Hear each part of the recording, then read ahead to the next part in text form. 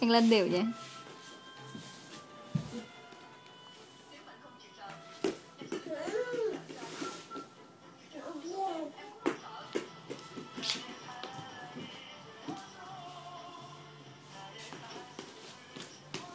Đi.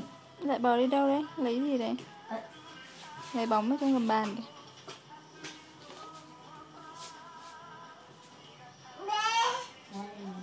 Ơi.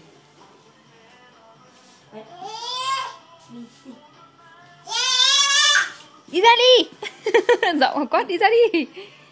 Đánh đá chưa? Làm gì đấy? Lại làm gì đấy? Nó khôn lắm ý, nó cố tình nó vứt vào trong đấy để nó bò vào. Nhặt cái gì cho mộp? Nhẹ ra, bên nè. Nhẹ ra. Đi. Nè. Nhanh như con sóc. Nhảy ra con. Nhảy ra con, nhảy ra. Ôi kìa, nó chui vào gầm ghế của ba kìa.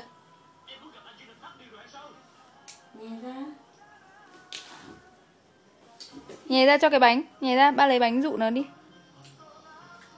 Nhai thì rồi. Anh để tay vào hai cái môi em. Đấy, rồi em nhảy ra rồi kìa. Ôi ngoan, thế cái gì đấy? Vỏ gì? Ôi giời.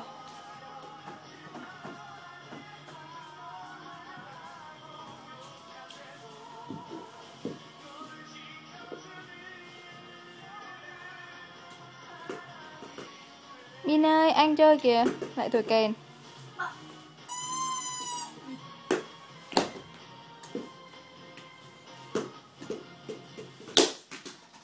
Thấy anh vứt cũng vứt, bắt chiếc.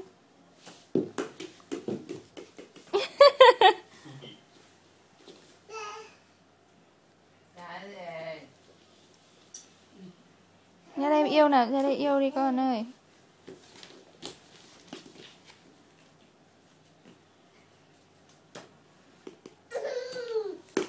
Trời, chích quá, chích quá, chích quá.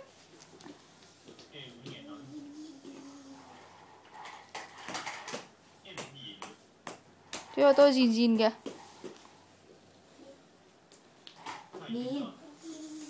Gìn đi ra xe ngồi. Gìn. Lại leo kìa, ba kìa đỡ lưng con. À, anh Lân đẩy vậy. Tự leo lên xe ngồi à. Ấy, tự đẩy xe. Bấm chít chít đi con. Chít chít đâu? Chít chít bấm còi đâu? Đi bấm còi chít chít đâu?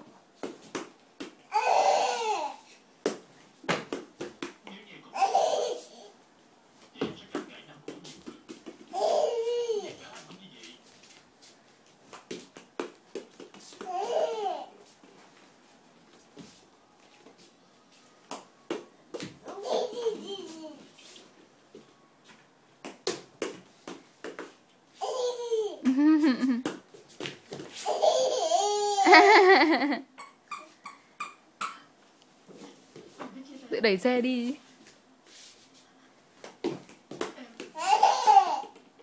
Anh ra đấy với con.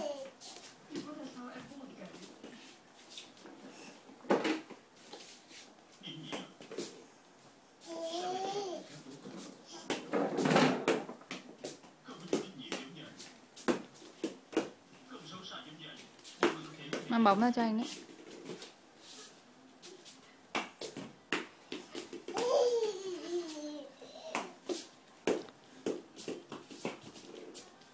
Min giỏi thế nhỉ. Thôi rồi, thế nha.